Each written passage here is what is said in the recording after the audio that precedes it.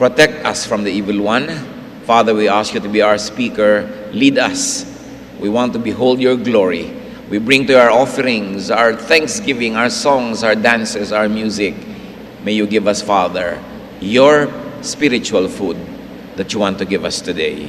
Lead us in the name of Jesus, your Son. Amen. Isang kabanata na ang mga tao ay nagkakagulo, hindi magkamayaw, at napakaraming umuubos ng pansin at lakas ng mga alagad ng Panginoon. Kaya sila ay niyaya ng Panginoon na manahimik sa isang lugar, sila-sila lang, walang ibang tao, para makapagpahinga. Pero naramdaman ng mga tao na sila ay nagsakayan sa bangka, kaya ang mga tao ay nagtakbuhan sa gilid at sa pangpang ng lawa, at pagdating nila sa kabilang ibayo, nandun na rin yung mga tao waiting to be taught. The people really wanted the teachings of Jesus. They really needed the healing, the empowerment, the love, the acceptance. At dito alam natin, ang naganap, tumagal ng tagal ng turuan, ang mga tao ay nagmadali lang pumunta doon, wala mga baon, kaya nung oras ng kainan, wala naman silang baon. At ang Panginoon ay naghimala sa konting tinapay at isda na baon ng isang bata na kanyang binasbasan, pinarami, napakain ang 5,000 lalaki, kasama pa at hindi nabilang ang mga babae at bata. At yun yung background ng nais nating lalong pag-aralan ngayon. Mark 6:45-46. Immediately, Jesus made his disciples get into the boat and go on ahead of him to Bethsaida, while he dismissed the crowd. After leaving them, he went up on a mountainside to pray. So kung paano sila ay namangka patungo dun sa kanilang kinalalagyan, ang Panginoon naman ay nagutos sa kanyang mga disciples na sumakay uli sa bangka at tumawid patungo na naman doon sa kabilang gilid ng lawa. Siya naman ay naiwan kasama ang pulutong ng mga tao, at matapos ang patuloy na kanyang pagminister sa kanila ay isa-isa na nilang pinauwi. Matapos yon na natiling mag-isa ang Panginoon at sa may gilid ng isang burol, siya ay nanalangin. Mark 6:47-50. When evening came, the boat was in the middle of the lake, and he was alone on land. He saw the disciples straining at the oars because the wind was against them. About the 4th watch of the night, he went out to them, walking on the lake.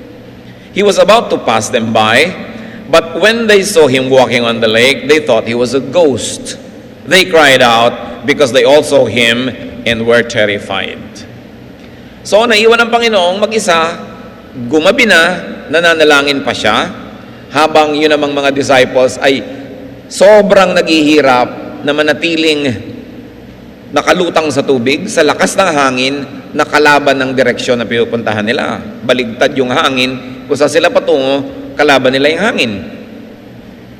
Between Jesus and the disciples was half of the lake. Dahil sinabi sa atin sa scripture, nasa kalagitnaan na ng tinatawag na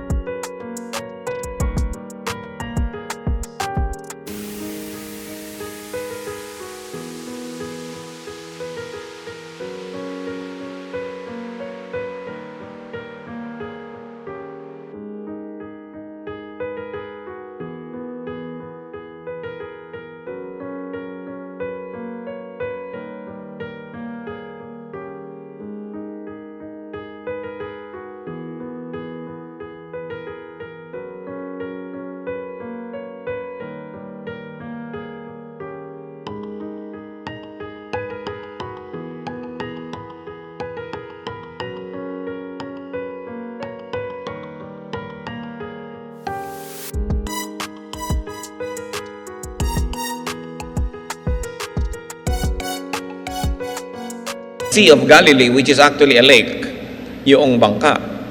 Jesus was on solid ground, praying, peaceful, a picture of serenity. Meanwhile, sa kabila naman ng lugar na ito, the disciples were in the darkness. They were in the middle of the lake, rowing against the wind, struggling hard. Napaka-cinematic. Isang Jesus na tahimik na nanalangin, at pagkatapos yung kanyang mga disipulo striving to stay alive. But the Bible tells us that Jesus could see them despite the darkness, and the distance. Bagamat malayo, madilim, kita ng Panginoon ang nangyayari sa kanyang mga alagad na hirap, na sumasagwan, gumagaod, sapagkat hindi nila pwedeng pakinabangan yung layag dahil kontra sa direksyon ng hangin ang kanilang direksyon, ang pinupuntahan nilang lugar.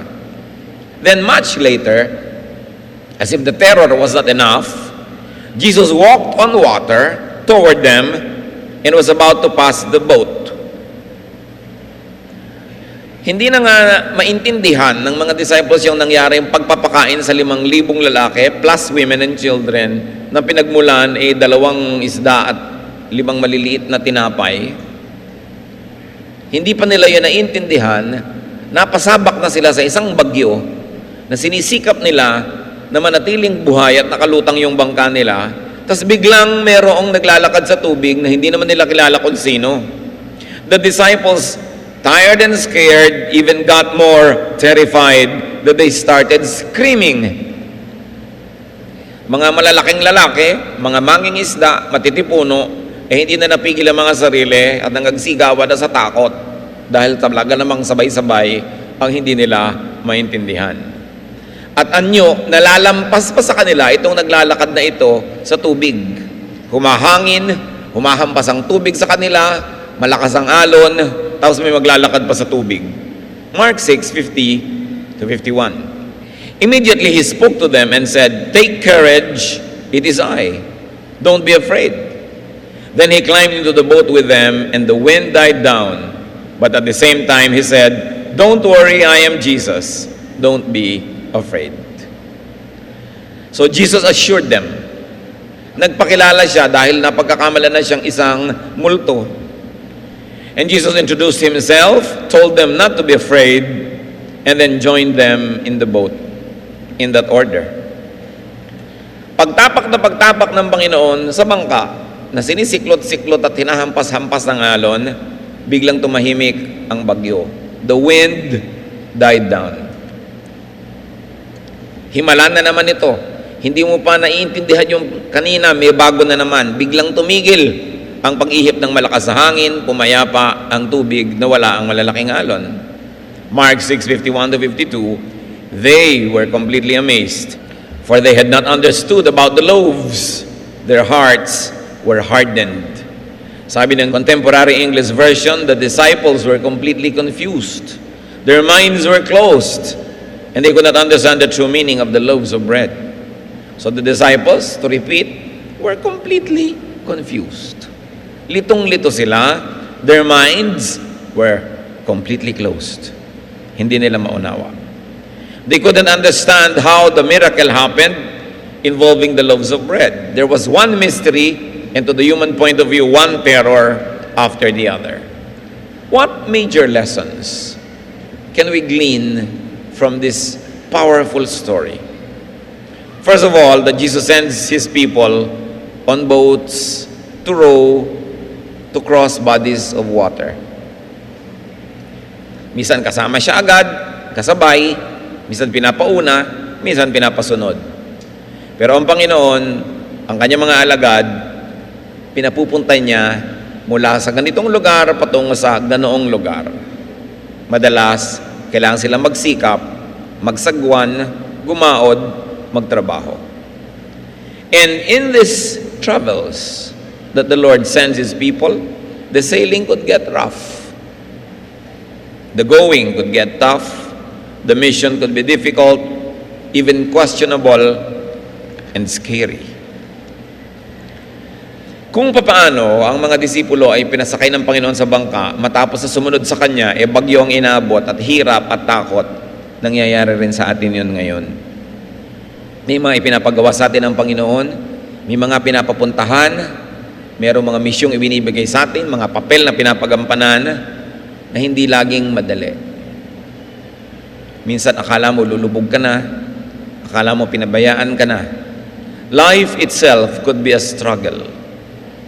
Yung mabuhay ka lang, kuminsan ay isa ng malaking accomplishment.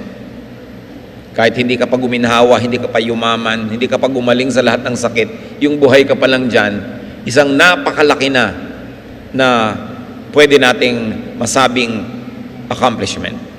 because life would be very difficult. And even if it is Jesus you're obeying, if it is a travel that Jesus tells you to do, a mission that the Lord commissions you to do, a command that God tells you to do and obey, hindi ko mo sumusunod ka, dumadali ang buhay. Hindi ko mo ginagawa mo ang dapat, marapat at inutos, dapat mo nang asahan na magiging maluwag, basagana, tahimik, payapa, madali. And when these times come in our lives, Jesus might seem wrong. He might seem distant and unaware. Dumarating ba sa mga buhay natin yung minsan tinatanong mo ang Diyos, parang mali yata. Mali yata ang Diyos. Bakit isang buong pamilya ko minsan lumubog yung bangka? Ang dami sa kanila, namatay sabay-sabay. Parang mali yata. Bakit kuminsan sunod-sunod na namamatay ang magkakamag-anak? Buwan lamang ang mga pagitan. Parang mali. Mayroong mga itinatama ang buhay nila, napapahamak pa sa paggawa ng tama. Mayroong siya ang walang kasalanan, siya ang nakukulong. Mayroong sa pagsunod sa Panginoon, yung negosyo, hindi nagtagumpay. Kuminsan, tama na nga yung ginagawa mo, mas gumuunlad pa yung buhay ng gumagawa ng mali. At kuminsan, naisip natin, alam ba ng Diyos ang nangyayari sa buhay ko? Pinapunta-punta niya ako dito para mamangka, para magbiyahe, pagkatapos bagyo lang pala ang susuungin ko. God might seem insensitive at times. But the Bible was very clear in this story. While the disciples were struggling to keep afloat, Jesus sees them. Kita. And what is more important than seeing, Jesus prays. Pag pinagsama mo yung dalawang yun, mga kapatid, kahit ano pang lagay mo sa buhay, feel secure. Iniisip mo, lulubog ka, lakas ng alon, ang lakas ng hangin, nagsisikap ka, sagwan ka ng sagwan, but Jesus sees. And more than seeing, Jesus prays. Mark 6:46 was clear. After leaving them, he went up on a mountainside to pray. Jesus helps us best when he prays. Para rin tayo, mga kapatid, we help others best by praying for them. But although praying is a very, very important and powerful way to help, we should never forget the next best thing, practical help. Pero prayer by itself is a very powerful help. Mark 6:48, he saw the disciples straining at the oars because the wind was against them. Kahit anong pagsagwan ang ginagawa mo ngayon, kahit anong pagsisikap, kahit anong hirap, kahit anong pagpupunyagi mo na mabuhay, manatiling buhay, huwag maigupo ng karamdaman, ng mga problema, ng mga sakit, Jesus sees you. Yun palang salamat na. Wala naman tayong lihim sa Diyos. Wala tayong pwedeng puntahan na hindi niya tayo nakikita. Wala tayong pwedeng lusungin, akyatin, liparin na wala doon ang pag-ibig ng Diyos. Jesus sees. And more than that, Jesus prays. Kung iisipin mo, bakit hindi na lang niya biglang iligtas ang kanyang mga disciples? Pero iba ang timing ng Panginoon sa timing natin. Jesus was praying at ang tagal niyang nanalangin. Anong malay natin kung ipinanalangin niya bawat isa doon sa 5,000 lalaki plus the women and the children na kanina lang ay pinakain niya. Sapagkat kung pinakain niya ng physical na pagkain, lalo namang mamahalin ng Panginoon yung spiritual na ikabubuti ng tao. Anong malay ng mga disciples na maaring sa panahon na yun, nagtatampo na kay Jesus, nagdududa, na isa-isa pala silang ipinapanalangin. We are most powerful when we are down on our knees praying. Kuminsan ginagawa kasi natin yung prayer na last resort. Wala nang pwedeng magawa, kaya manalangin na lang. Nagmumukha tuloy na ang panalangin, isang pamasak butas lang. Pero ang totoo, dapat bago mo subukan ng ano paman, manalangin agad, manalangin muna. Yun ang inuuna. At yun ang inuna ng Panginoon.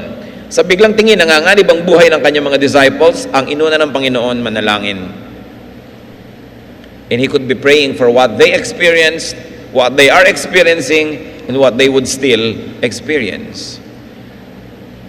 Bring it closer to home, brothers and sisters. Jesus knows our situation. Jesus knows our struggles. He sees us rowing hard. And sometimes when we are hardly rowing at all, He also sees us. Nakikita ng Panginoon kung nagsisikap tayo, kita rin niya kung tayo nagpapabaya. Alam niya ang ating ginagawa. Walang pagsisikap ang nasasayang dahil alam niya ng Diyos. Kaya lang kung minsan ang ending ng bawat kwento hindi pare-pareho. Pero alam natin na ang ending ng lahat ng tao haharap sa Diyos. Kaya alam natin na kayang ipaliwanag ng Diyos ang kanyang mga ginagawa. Kahit sa sumandali at sa pansandaling panahon, hindi natin nauunawa. And what's important, as we already said, is that Jesus prays. That is great ministry. Romans 8:34, Christ Jesus is at the right hand of God and is also interceding for us. Gusto niyo ng intercessor? Sino ang nasa kanang kamay ng Ama sa Langit? Si Jesus. Gusto niyo, Jesus pray for us. Jesus pray for me. Ask Jesus to pray for you because He is the intercessor at the right hand of the Father. In Israel, when you sit at the right hand of the king, you exercise the powers of the king. At kahit sa ating mga social arrangements, sa dinner, yung host, yung pinaka-importante niyang guest, nasa kanyang kanan. And Jesus sits at the right hand of God. Ano sabi ng Bible? Interceding for us. Laging nakikiusap sa Diyos Ama para sa ating kapakanan. So do not be confused in your prayers, my brothers and sisters. God the Son is not God the Father.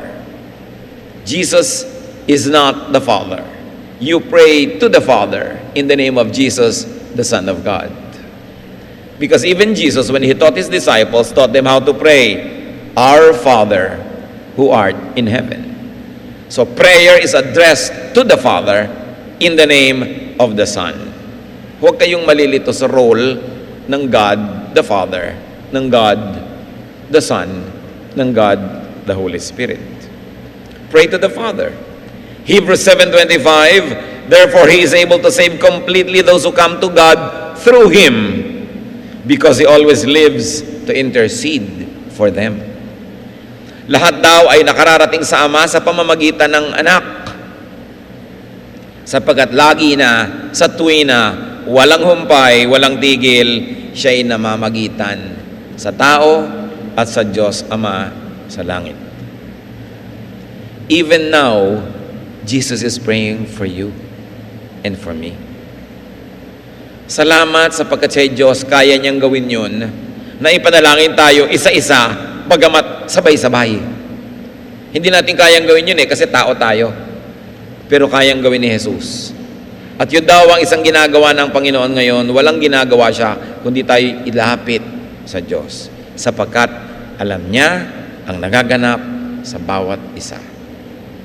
Kumisan, kailangan mo pa ng ultrasound para malaman mo kung anong nangyayari sa iyong kidney, alam niya.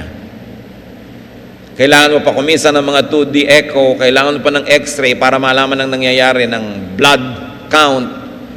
Pero ang sabi, maging ang bilang ng iyong buhok ay alam niya. Kung ilan ang tumubo kahapon, ilan ang nalaglag kanina, updated ang count niya. Kahit kailan, mga kapatid, huwag niyong iisipin na nalilimot tayo ng Diyos. He knows. At kung hirap na hirap ka man ka sa sagwan na parang walang mangyari, hindi yun totoo. Hindi yun totoo. Hintayin mo ang kanyang deliverance. So, ang title ng ating pag-aaral, just keep rowing. Because Jesus knows. Sa wakas, ayan na yung title. Just keep rowing. Huwag kang tumigil ng kasasagwan. Kung namimisikleta ka, huwag kang tumigil ng kapipedal. Kung ikay naglalakad, huwag kang tumigil ng kahahakbang. Kung ikay lumalangoy, huwag kang tumigil ng kakakampay dyan. Life is like crossing a lake. Sometimes it is easy and calm. Sometimes it is difficult and troubled. But in all those times, Jesus knows. Just never give up. Keep rowing. Kayod ka ng kayod dyan. Lakad. Huwag susuko. Huwag bibigay. At kung parang bibigay ka na, survive from one row to the next. Katulad ng mga survivors sa mga lumubog na barko, minsan ay lumubog na aeroplanong miraculously, nakasurvive siya sa tubig, langoy, kapit sa maliliit na bagay, dugtong. Hindi pala alam ng mga ibang survivors, 3, 5, 7 araw na sila doon nalulutang-lutang hanggang sila ay nasagip. Pero kung siguro, iniisip mo, naku, 7 araw bago ako masagip, hindi ko kayang langoyin yon. Hindi ko kayang lumutang ng 7 araw, walang pagkain, walang tubig. So, lulubog na lang ako, yun ang madaling gawin. Hindi na ako magsisikap, wala din naman mangyayari.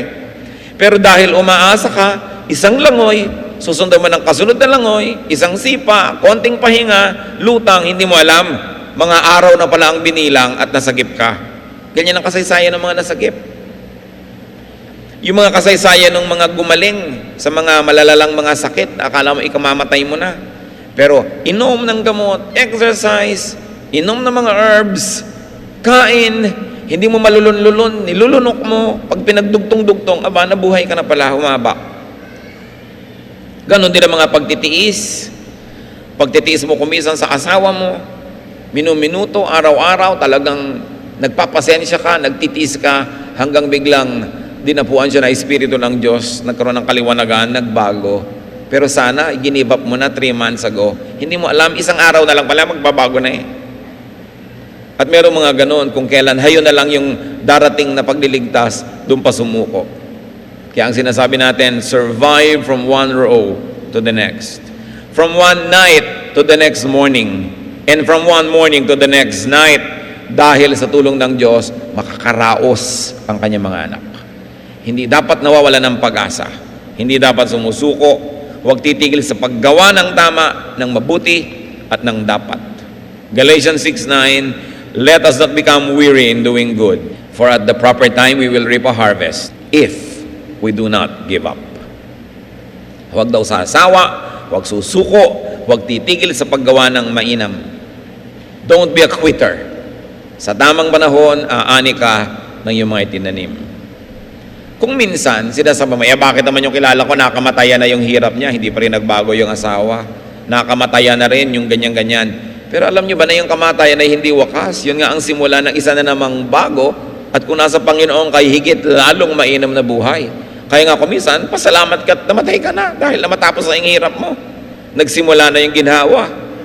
Yan namang kalungkutan ng kamatayan eh. Iniisip mo lang dapat yan kung wala sa iyo ang Panginoon. Pero dahil tayo likha ng Diyos, mahal natin ang buhay, siyempre ayaw nating mamatay kahit pa nga may sakit tayo. Konting-konti lang naman yung gustong-gusto na nila at handang-handa na sila kahit ka pa nga espiritual. Pero ang mahalaga, don't quit. Meron kayong mga anak na akala nyo wala ng pag-asa, patuloy na gawan nyo ng mabuti, don't quit. Ganon din na inyong magulang o asawa, kapatid, don't quit. Sapagkat ang paggawa ng mabuti, laging may bunga yan. Nakikita mo man o hindi. Hebrews 10:23, let us hold unswervingly to the hope we profess, for he who promised is faithful. Laging umasa. Huwag na huwag niyong papayagan si Satanas na dayain kayo na mawalan kayo ng pag-asa. Alam niyo yung mga nagpapakamantay yung nawawalan ng pag-asa. Wala nang pinangahawakan, wala nang inaasam, wala nang hinihintay. Huwag mawawalan ng pag-asa because Jesus sees you. He knows your situation. Yung pinasan niyang krus, yung tinanggap niya mga hampas at mga sugat, kasama doon ang paghihirap natin ngayon na tinubos niya. But though God knows, He does not always act instantly. God doesn't always act immediately according to our clock. Sinasabi nga sa Bible, for one day with you is 1,000 years, or 1,000 years of you is one day with the Lord. Ang ibig sabihin lang magkaiba ang timing natin. Hindi laging pareho. At madalas yan, kahit sa Biblia, maraming example na parang yung si Jesus mismo, nagpabaya, ang tagal-tagal bago kumilos.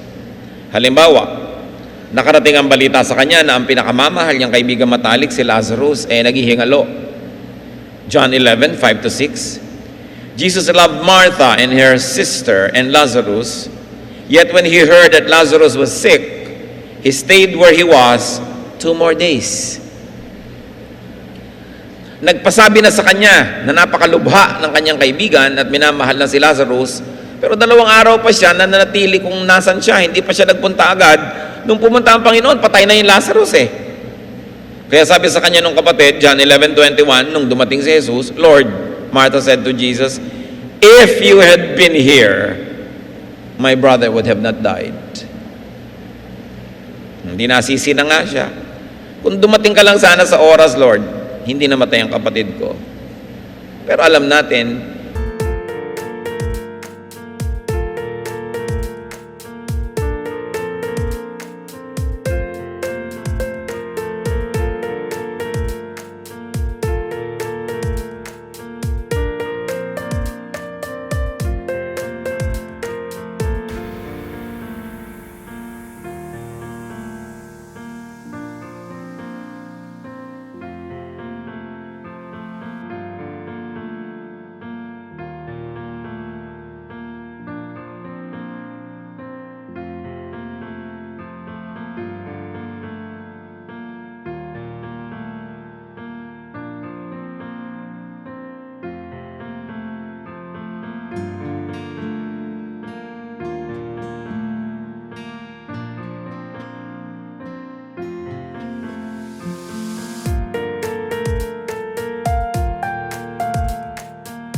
di binuhay ni Jesus. Yun lang pala.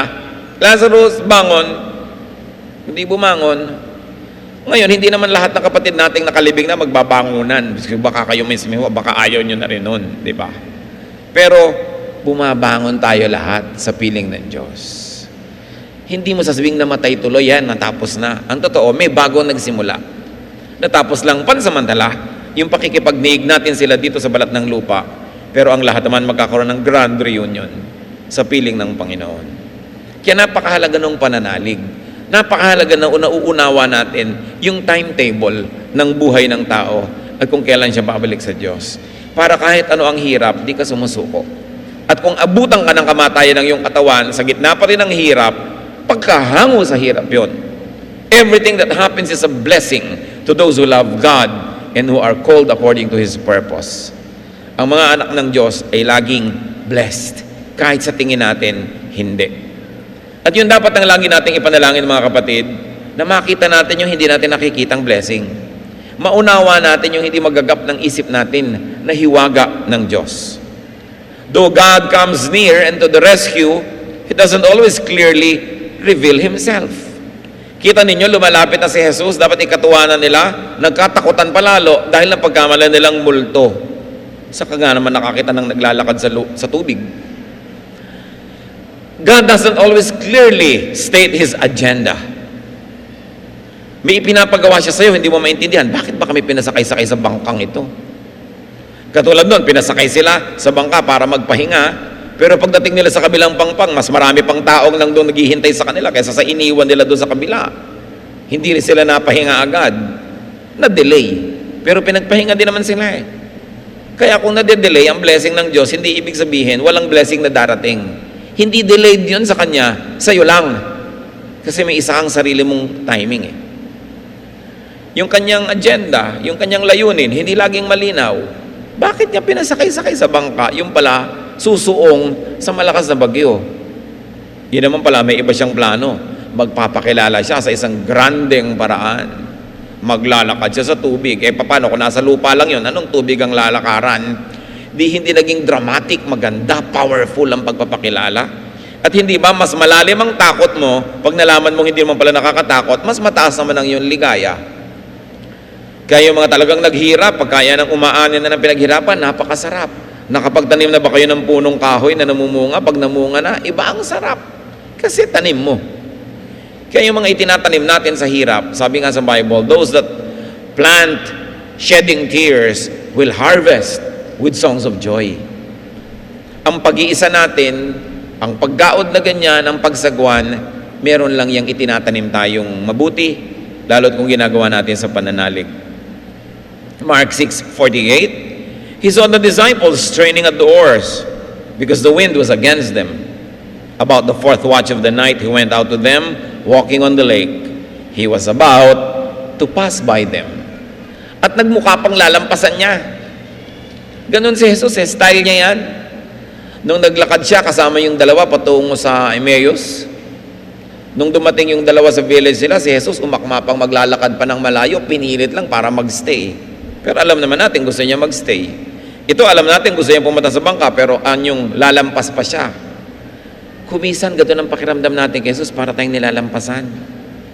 Parang hindi ka napansin. Parang hard to get. Ano ba naman to? Naglalakad pa, pipilitin pa para magstay. Style niya yun eh. At mas naiintindihan natin yung style niya, mas gaganda yung pakikitungo natin sa Kanya. Kailangan, nagpe-pray ka talaga. Pray ka ng pray. Kung kailan ka pa kumisan malalagotan na ng hininga, tsaka biglang humaba ang buhay mo. Kung kailan talagang ayan na, nasusunog na yung kapitbahay, doon sa dingding mo na lang tumigil. Yung suspense, maraming ganun ng Panginoon. Nagdadagdag din naman ng kulay sa buhay. Ang mahalaga, habang hindi mo alam kung anong kakahinatnan, magtiwala ka. At kung kahit yung kinahinatnan, hindi yun ang inaasahan mo, magtiwala ka pa rin. Because Jesus knows. It's so important. Alam niya. Ang halaga. So Jesus appeared like He was about to pass the boat. At times, God may seem insensitive. He may seem busy with other concerns. He may seem uncaring. But it is not true. God is God. And because of that, God is mysterious. God is not always easy to understand. But you know what matters? He understands us. God is not always easy to see, but He sees us. We don't always pray, but Jesus prays for us. Kaya nang dapat na security na laging na-enjoy ng mga mananampalataya. At nung lumapit na si Jesus sa kanila, na kaninang-kanina pa nila ipinapanalangin, nasa na kaya si Jesus? Jesus, halika na, halika na. But Jesus' appearance even scared and terrified them. God's rescue, God's help, and God's presence is not always easily recognizable. Kuminsan, dasal ka ng dasal, natulungan ka ng Diyos, pero yung pagdating ng tulong ng Diyos, nakakatakot kuminsan, hindi mo nalalaman, yung pala yung tulong, yun pala yung blessing, siya na pala yung dumarating. So at times we become afraid and worried because God comes so near. Sometimes we become worried because we do not recognize God and God's way. Kaya dapat isang goal natin is to know God, to know His ways, to know how He deals with people. Kasi yun at yun din naman. Meron ding pattern ang pakikitungo ng Diyos sa tao. Mas naiintindihan mo yung ugali ng Diyos, mas makakasundo mo siya, mas tatahimik ang iyong buhay. Katulad nga ng binanggit na natin sa mga bagay na hindi natin maintindihan, just trust and just welcome God into your boat, into your life, into your fears. Kung ano ang karanasan ng mga disipulo noon, karanasan din natin ngayon. May bangka tayo, hinahampas-hampas ng alon, hinahampas ng hangin, binabasa ng tubig, inaakyat at sinasampa ng alon, hirap na hirap ka sa buhay, nararanasan natin yon. Mark 6:51, then He climbed into the boat with them, and the wind died down. They were completely amazed. Gusto ninyong matigil ang paghampas ng alon sa inyong buhay, pumayapa ang tubig, matahimik ang buhay, welcome Jesus into your boat, into your home. Alam niyo kung bakit marami mga tahanan na magulo, hidwaan, gulo, awayan? Kasi wala doon si Jesus hindi siya ginagawang hari. Bakit maraming organisasyon ang magulo, maraming bansa ang magulo? Kasi hindi nila ginagawang hari si Kristo. Pero nung siya ay sumampa, tumahimik. Pero huwag kayong malilibang. Dahil may kasaysayan naman na nakasakay si Jesus, kasama rin itong mga alagad na ito, bumagyo pa rin. Lumakas pa rin ang hangin. Iba naman ang treatment, iba namang style. Nandun si Jesus sa bangka, siniklot-siklot din ng alon at natakot ang mga disciples na lulubog na sila kaya ginising si Jesus. Sabi din ni Jesus, ano ba naman kayo para yan lang? Tahimik, bagyo, tumahimik ngayon ang bagyo. Ang ending pareho. So kung nasa bangka mo ikaw, basta kasama mo si Jesus, magulo man o tahimik yung tubig, mahirap man o madali ang biyahe, basta kasama mo si Jesus, relax ka lang. Kasi alam niya. Hindi laging naiintindihan. Hindi laging pare-pareho. You know, our joy must not be events because bad events can happen to good people. Your joy must be God lives in you no matter what the events are. You don't expect that just because Jesus is in your boat, wala nang bagyo. Pero dahil kasama mo siya, safe ka sa bagyo na yan, nakakatiyak ka na ikaw ay nasa mabuting kamay. With Christ, sabi nga nila, in my vessel, I can smile at the storm. Alam niyo yung mga kanta niyan, lalo kung lumaki kayo sa church. I can smile at the storm. Pero sa kabila, no, napansin natin, the disciples remain confused. Hindi naman nila naintindihan. Kung may hindi kayo naintindihan, hayaan nyo na lang. Nalilito kayo, sabi mo, yung mga disciples din nalito. Sila nga kasama doon, nagkalito-lito sila eh. So, huwag nyo nang asamin na maintindihan lahat yan. Manalig na lang kayo sa Diyos, manalig kayo sa Kanyang pag-ibig, manalig kayo sa Kanyang kapangyarihan, iasa nyo ang lahat sa Kanya habang ginagawa nyo kung anong tama. Tandaan ninyo, sumasagwan pa rin yung mga disciples kahit nagdadasal. Hindi dasal ka ng dasal, tapos hindi ka na magsasagwan. May sakit ka, magdadasal ka, hindi ka na inom ng gamot. Hindi ka na mag-diet, gusto mong magpapayat. Gusto mong umunlad, magdadasal ka na lang, hindi ka na magtatrabaho. No, they were praying, but they were working. Sabay. So pinagsasabay mo sa buhay yan. Kasi ang tunay na pananalig, may kasamang aksyon. May kasamang gawa. Naintindihan man nila o hindi, it's important because they welcomed Jesus nonetheless. They continued sailing with Jesus. Kaya kayo mga kapatid, tayo, let's continue sailing with Jesus. No matter what your understanding or misunderstanding or lack of understanding, no matter what the situation in your life, magulo, tahimik, go on. Let Jesus be on your boat. At kung nandyan si Jesus, huwag niyong asahan laging magically tatahimik. Kumisan kaya nga may bagyo dahil nandun siya. Yun pala para lalo niyong makita ang kanyang kapangyarihan. Continue with Jesus, though you may have questions and unresolved issues. Hindi na masasagot ang lahat ng theological issues. Pag harap niyo sa Panginoon, sa kabilang buhay, pagtatanong niyo lahat, malalaman niyo lahat yan. Ang mahalaga, kasali kayo doon sa kabilang buhay para makapagtanong kayo doon. Dapat kasali ka sa biyahe. And let Jesus reveal Himself to you progressively and wonderfully. No matter what your situation in life right now, this story teaches us only one thing. Just keep rowing. Huwag kang susuko.